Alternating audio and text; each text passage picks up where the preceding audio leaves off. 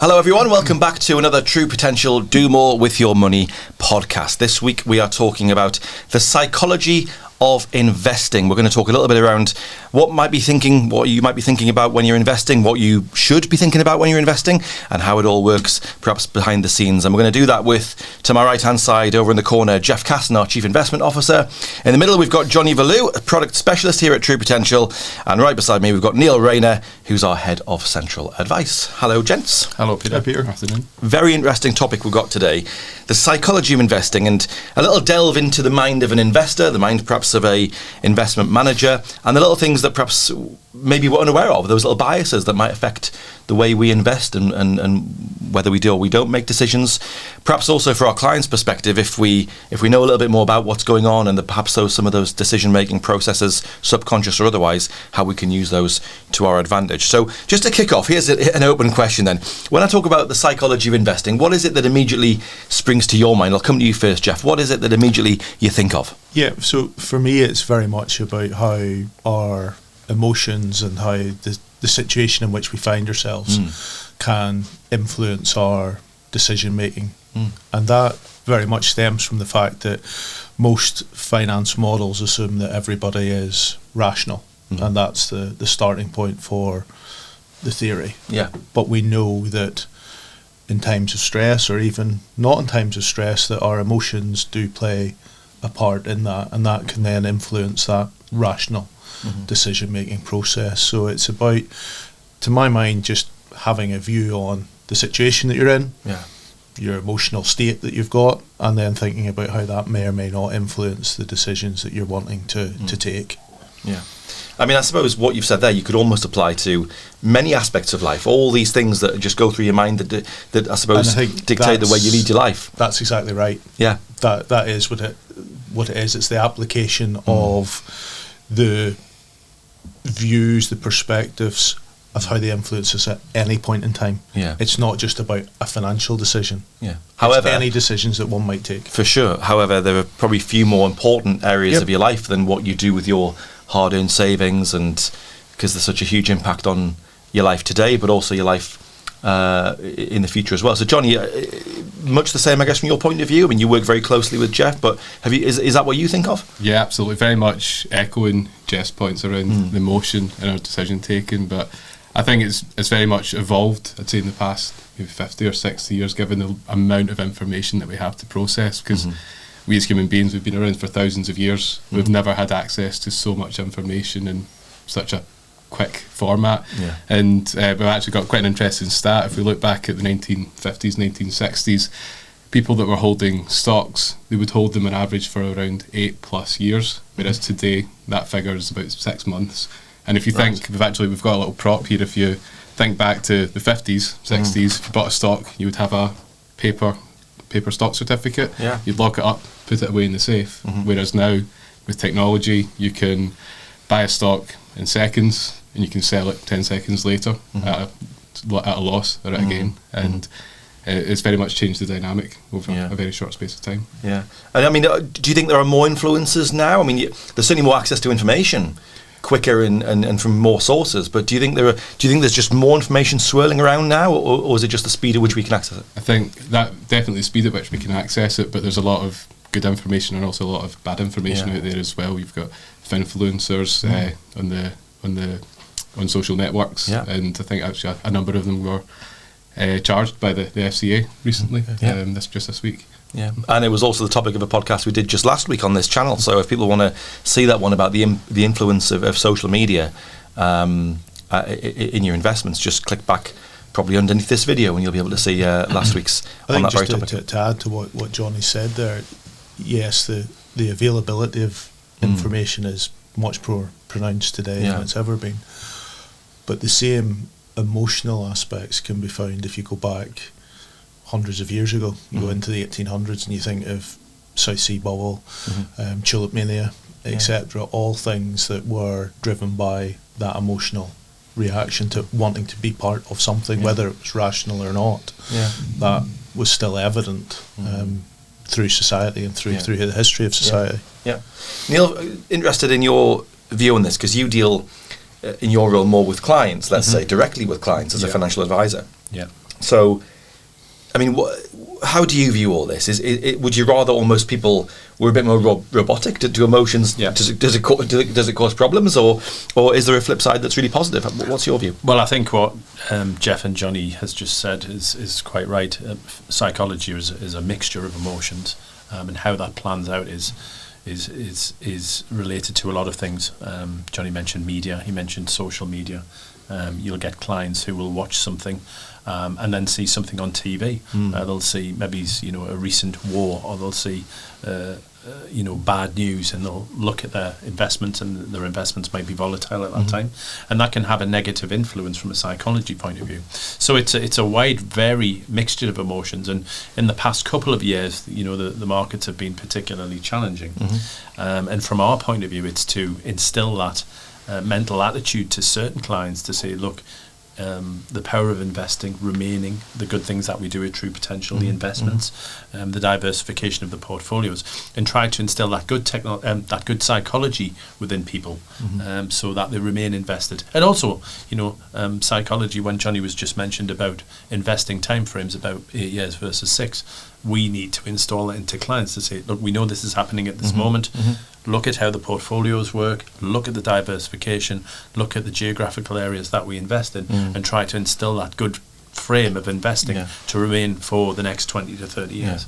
I mean, I just know as we're chatting here, I can tell that we're sort of slightly thinking about maybe the negative side of the knee-jerk reaction side of psychology. But is there an upside? Is there a positive? I think you touched on, Johnny, the idea that it might encourage people to start investing and start saving. There must be an upside to that. It can definitely bring people in the door and get them to engage with financial advisors, engage with investment companies, and get them involved in the markets now that there is that information out there to spur that emotion, that positive reaction from them. And you must sort of see that as well, Jeff, from your side. And I think I'd agree with that, and I think the other side of that as well is that we tend to overestimate those negative events and don't see the opportunities that can be created, because if we look through time, yes, it might have felt a very bad emotional decision to make, to be buying financial assets in the midst of the financial crisis, for example. But if we look how asset markets have trended over that period from the financial crisis, yes, at that point in time it felt bad, but over the longer term it's certainly been the right thing to do. And if we think about bringing people in and instilling some of those habits of saving little and often, getting advice at the right point in time, using a direct debit to take that emotion out of it, because you've just, I've made the decision I'm going to invest, and I've set myself on that journey, and very much thinking about then, how do I achieve my goal, as opposed to, the market's up or down, that's elicits a reaction, whereas if I'm just on my journey to achieving a goal, it's a much easier point to digest, much like, I suppose, training for a marathon. If you set yourself a goal of running that 26 miles, and this week I need to run 5 miles a day or whatever to achieve that, you'll do it and you'll tick it off. It's a really interesting point, because I know exactly what you mean about this idea that when people see markets go down, the natural reaction is, I might want to take a step out of the market and say go into cash and then get back in later. Problem is, you'll always be behind the curve. And just like when markets go up, and we've seen that, as you say, the big bounce that came after COVID and all the rest of it, if by the time people sort of see that, react to it, they've perhaps missed the opportunity moment. So there is a thing about investing, which is actually when markets are down a bit, and volatility, we should say, by the way, isn't ever present. Or every day markets are moving. It's not, you do get big drops now and again, but you tend to get a recovery afterwards. But when markets are down, that, as we've always said on the podcast, can often be a great time to get into the market, which is the reverse of what people might think when they just see things going down. There's that panic. Well, I think also as well, Peter, what Jeff's just said is a really valuable point. In if you look over, and we always talk about the medium to long term goal, that's a very, very positive psychological message to a client, because they think, okay, this is a temporary part of the market, or time in the market. This is a temporary thing that's happening in the world. But look over the medium to long term. And we can, show historical times where the market's been up and down.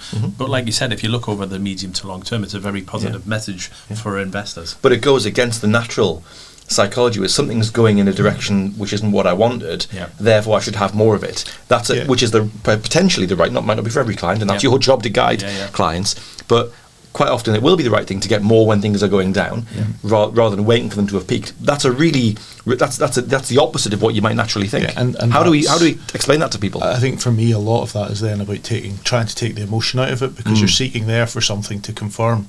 So, it feels bad, it must be bad. You look for the news flow that allows that to be manifest itself more so within your own thought processes. And I think part and parcel of that is trying to remove that. So how do you do that? It's in a client's sense, it's very much about the goal and using direct debits to achieve that, because then you're not wanting to think about whether it's up or down or indifferent at this point in time. Which is it's where just you look through it. It's where financial planning and technology.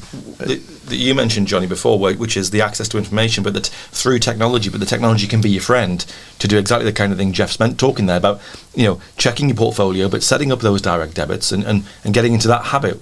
Yeah, absolutely. You can have all these functionalities to take that emotion out of the decision taking. You can put it away, not look at it, and leave it, and check it on the intermittently. And also, if you have a question and you want it answered, you can get it answered very quickly through a direct message or getting in touch with us here.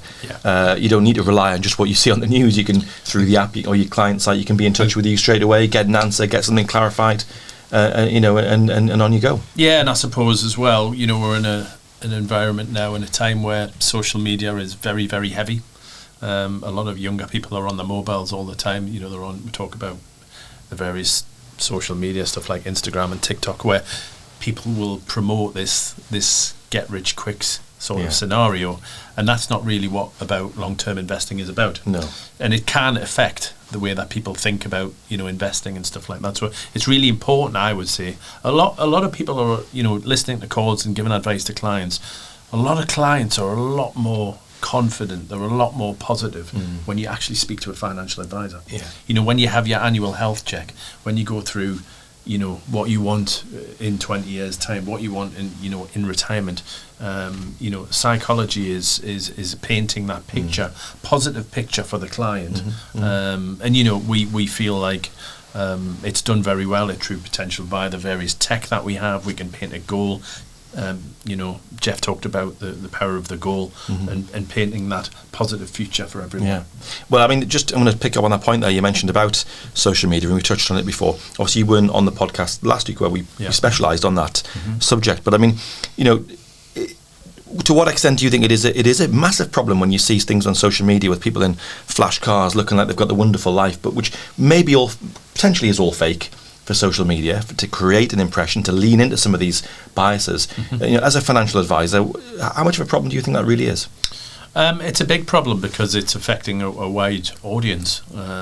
Tell me somebody who doesn't have a smartphone nowadays, and tell me somebody who doesn't have a social media account.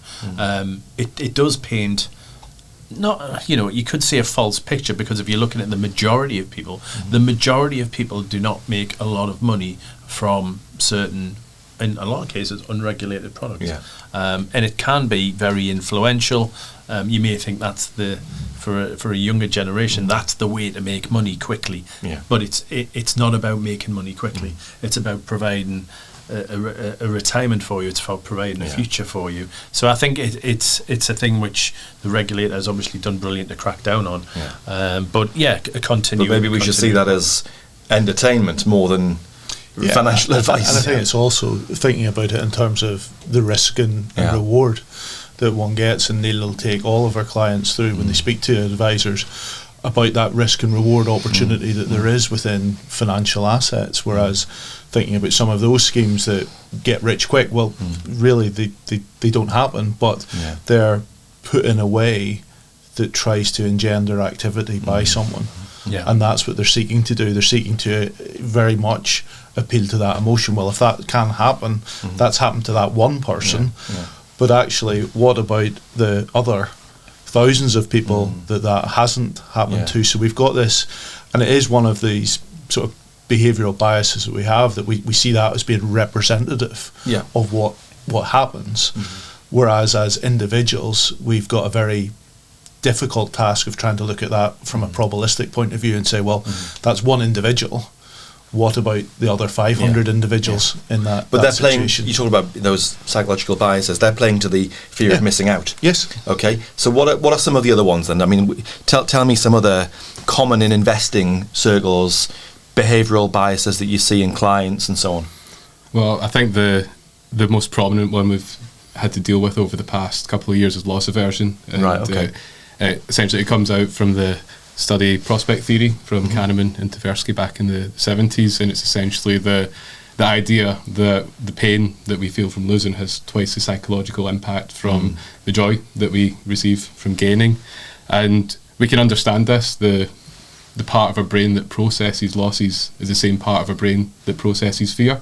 And if you are in a state of fear or perceived danger, you can act irrationally. Actually, we were on the road last year presenting to financial advisors about this exact topic, and I was telling them a story. It was one of my friends at uni. A spider crawled onto her desk. She was scared, picked up her brand new MacBook, slammed it on the desk, killed the spider, broke the MacBook. Killed the MacBook as well. Killed the MacBook as well. And while at the time that might have seemed reasonable in her head to do that, it definitely wasn't rational because she just cost herself £2,000. But that's the kind of decisions that we can make in a state of fear. And when we're considering financial planning and investments, you don't want to be making any decisions in a state of fear. If it was a tarantula, maybe that would have, that would be seen a lot more rational. But I don't know, perhaps it wasn't a tarantula. I don't think it was. No. I think part and parcel of that, Peter, as well, is how we think about even the news flow that we'll look at. So if you think about it from an investor's point of view, and you are, let's say, positive on a particular company, you'll more likely align with that information that's describing that positively than challenge yourself to say, well, actually, what's some of the negative stories around this view, and take the other side of the argument and then try and rationally process both sides. You're more likely to dismiss the negative if you want to own something and say, well, actually, that's very unlikely to happen. I'm just going to keep owning this. And lo and behold, it's often the negative thing that comes around and bites you. I think the other thing that we as a group have to think about is really from an investment perspective is the want to take action, because doing something actually helps to mitigate the stress that one might be seeing. So the correct answer might be to sit in your hands, but it might make you feel better to actually do something. And so being able to sort of dispassionately look at data points and say, well, actually, that nothing has changed my view. I don't need to do anything. Is often a very difficult decision to take. Do you not think, though, that I'm thinking about a client now, you're investment managers, you're a financial advisor, I'm an investor, and that's all a client in that respect. Is the best thing for me just not to do any of that? Just to trust you guys to do it, because I could look at data points. The risk is I'd interpret them wrong. I could spend my life looking at information, trying to, perhaps have an internal bias, then trying to sort of see the flip side. Is the best thing I can do, not just to outsource that to you and say, you're professionals, you've got all the exams, you've got decades of experience. What would I know, frankly? That's why I need to pay you to do it for me.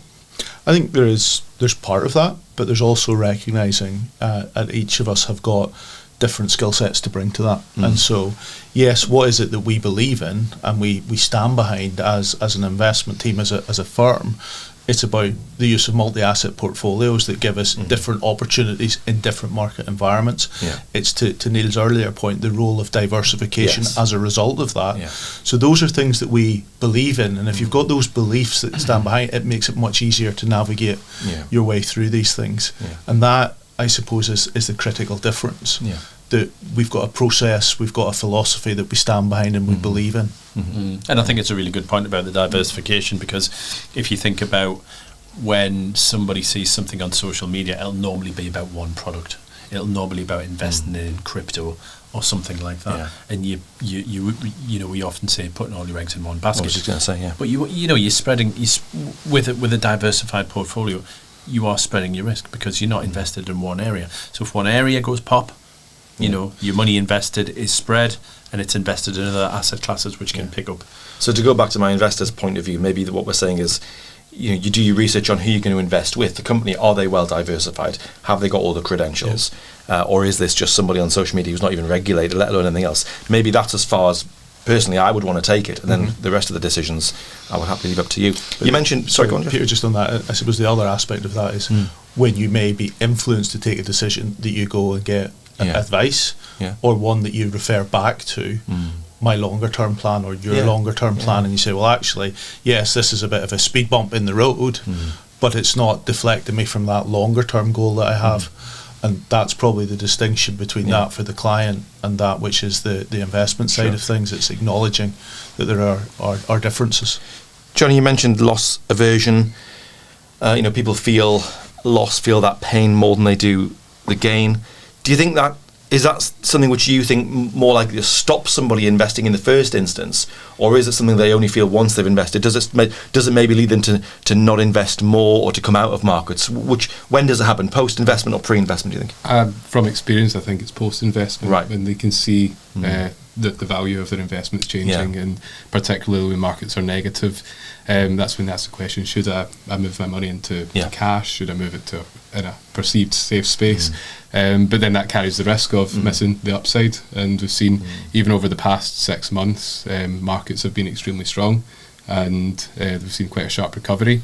But anyone that had moved their investments into cash 6 months ago, last October, which was very volatile, and we were getting asked that a lot, would have missed out. And you get more pain, potentially, by making the wrong decision for the wrong reasons. And I suppose there are a couple of other aspects to consider within that context as well. The one is, to Johnny's point, why those losses might loom larger is how people anchor. So by what do I mean by that? The initial investment that somebody might have made, and they see that has declined by 3-5%. You're anchored on your original investment, so you feel that you've made a loss. It automatically starts to feel bad. I want to do something about it. Okay, what do we do? Well, we think we know the right answer, so we then display a degree of overconfidence and say, well, it's went down 5, it's going to go down another 5, 10, but equally it might go up 5. So we bring a lot of those behavioural challenges out in some of those decisions, and that's a game where one has to try and take that step back, which is really difficult. And I think this is the real challenge about when one is discussing these behavioural concepts. It sounds quite glib to say stay invested, focus on the long term, but we know that the evidence supports that as well. It's not easy to do. If it was easy to do, but something motivated, more efficient. As an investor, something motivated me to invest in the first instance, a long-term goal, something that I was basically saving up for, and that doesn't change. So yes, the day-to-day, the news flow, but you're right to say bring it back to why you did it in the first place. And get back to that and ignore the noise. I want to just quickly, so you, as I say, Neil, you focus on the advice point of view in terms of your relationship and your role here. Jeff and Johnny, more on the investment management side. Do you think there's a difference between, say, how psychology of investing applies in your role to say these guys? How does it apply in your role? Because we're not talking about you investing your money. I mean, I know you do, but in your day job, you're talking about other people with their psychology. You don't manage money directly necessarily. So how does it affect your day-to-day life? I think the goal is very important, given that goal to the client. What Jeff said was a really important point there about how much you may invest. If you invested a large lump sum of, say, £50,000-60,000 and there was a drop in the market, regardless of whether or not it's in a diversified portfolio or a particular area, you're going to look at that and psychologically you're going to feel that pain more because you're thinking it's a larger drop. Most of the people, the positive side of psychology is from an investing point of view, is when we talk about regular investing. Regular investing is so important and so powerful because what we do is we put a little away each month. You can see the fluctuations less in the early days because of the size of the money that you're investing. But it's about painting the picture, and it's also about talking about long-term investing. It's always about talking about long-term investing because it's what you want in the future, okay? And you can give guidelines on, how the money is invested, diversification, etc., but it's really about painting a picture of, from a psychological point of view, okay, let's prepare for your future. Let's prepare for your kids' school fees in 5 years' time. It's about painting that long-term picture. And when you paint the long-term picture, I think the heat is taken out of the psychology. Yeah. And Jeff, and also Johnny as well, in your roles, you're investors personally, but you obviously also manage a lot of money here on behalf of our clients. Do you find that the psychology of investing affects you as investment managers, and how do you manage that? I think the answer to that has to be yes, because you'd be saying you're sort of emotionally devoid, not to be influenced by what's happening around you. But part and parcel of that is how one copes with that. Thinking about what's noise, what's a signal. Yeah. They're two distinct things. But it's going back to that, what is the signal you're taking it from it, but also from an investment perspective, what is your North Star? What is it that your process is seeking to deliver? And it's staying true to that and not being sort of blown off course, but taking the step to reappraise. So new information comes available, I reappraise in the context of where we're navigating ourselves towards, which is a way of trying to mitigate some of those impacts. But I think that would be naive of me to say that you can take all of the emotion out of it. It's just not possible. But you have to think about ways and I guess that's the benefit of you being part of a big team, is that you can, you're not like an individual stock picker it's just you in a room. Yep. You're part of a big team here. But then also, Johnny, you have relationships with some of the biggest global fund managers that there are, and you're I know you're making the decisions here in terms of what happens, but you're taking soundings from them regularly. So is that part of the process of just making sure that there is as many, as Jeff says, signals coming in, and then you obviously take an ultimate decision, but is that an important part? Yeah, absolutely. I think having more people as part of the process and having a robust process in place that obviously human emotion is part of all of us, and what we want to do is make sure that doesn't impact the decision-making process at every stage. So we have our own process in terms of absorbing the data that comes from around the world, but then also each of the fund managers have different ways of thinking about that as well, and we can recognise that and take their viewpoints on board. So there's never just one view that's getting thrown around. There's multiple different ones. I think the message really was, psychology, what is it really what we deal with? Well, we deal with factual information. We deal with making decisions from a factual point of view. Yeah, but your response to that can be different, though. Yeah. You and I could both look at the same fact and have a different emotional response to it. We could. I think, obviously, the decisions that we make, though, from an investment point of view would be based on fact. Yeah. And then how that outlines to the client, there may be more of a psychological, effect on the client. And I think it's our job to instill that into the client. Correct. To create that sense of calm. Take us into one of your meetings then. So imagine you're in the boardroom just along there. There's you guys, all of your team in there. You've seen, let's say, you've picked up something, Jeff, that's happening around the world. How does it work? How does the conversation go that ultimately leads you to a consensus? Well, I suppose at the outset of that, we've been through a number of discussions as a team, developing our central thesis in terms of how we expect asset classes and economies to evolve. And we distill it down into what we call a quad framework, that it looks through history. So we use history to help inform us, and it looks at how growth, i.e. economic growth, has performed over that period of time, but also how the inflation regime has performed over that period as well. And that helps us anchor our decisions in two key variables. So trying to bring it back to key variables that we want to interpret. And we'll debate and discuss those, i.e. where we are in this framework that we use. But we use that because it provides a process and it provides a granularity from which to make decisions. And we will challenge ourselves around that base case.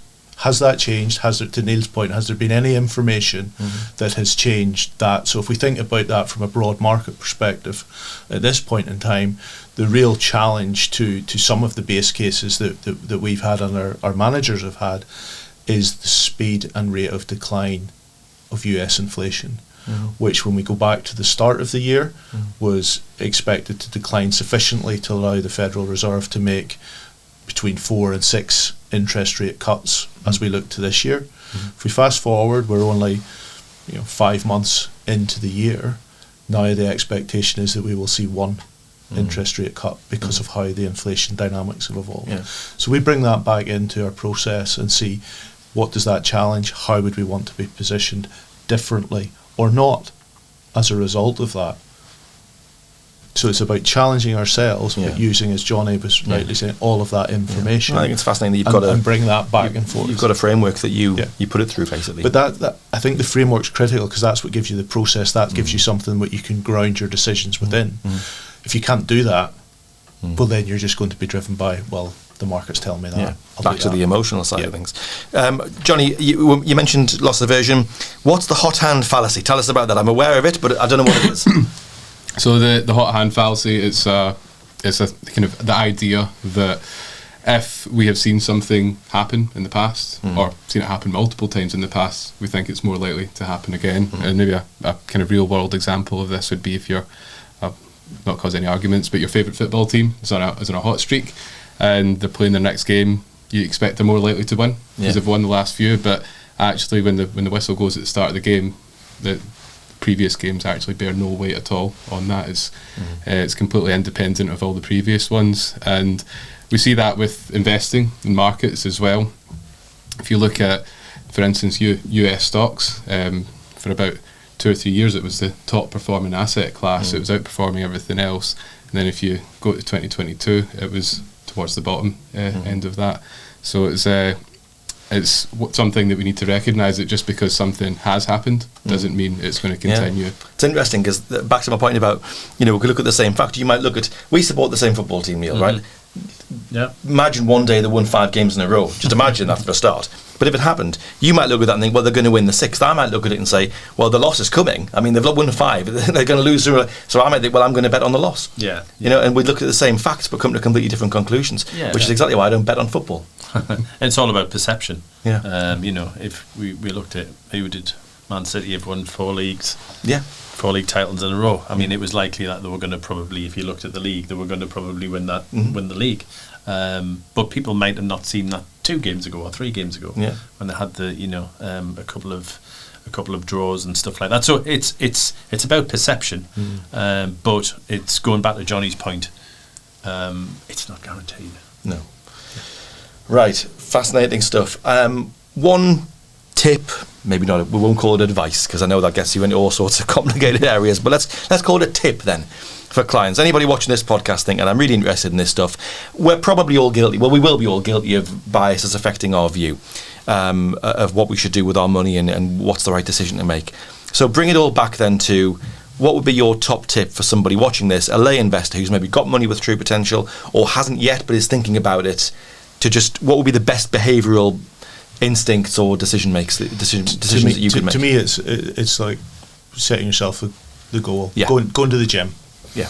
You've got a target of what you want to achieve.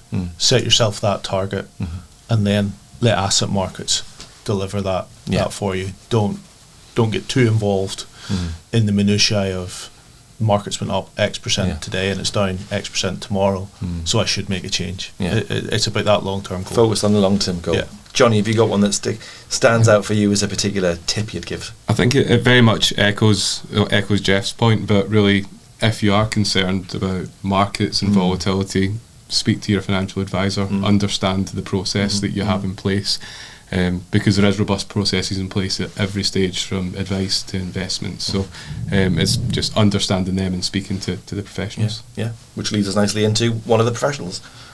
Don't make any hot-headed decisions. I would say always speak to a financial advisor.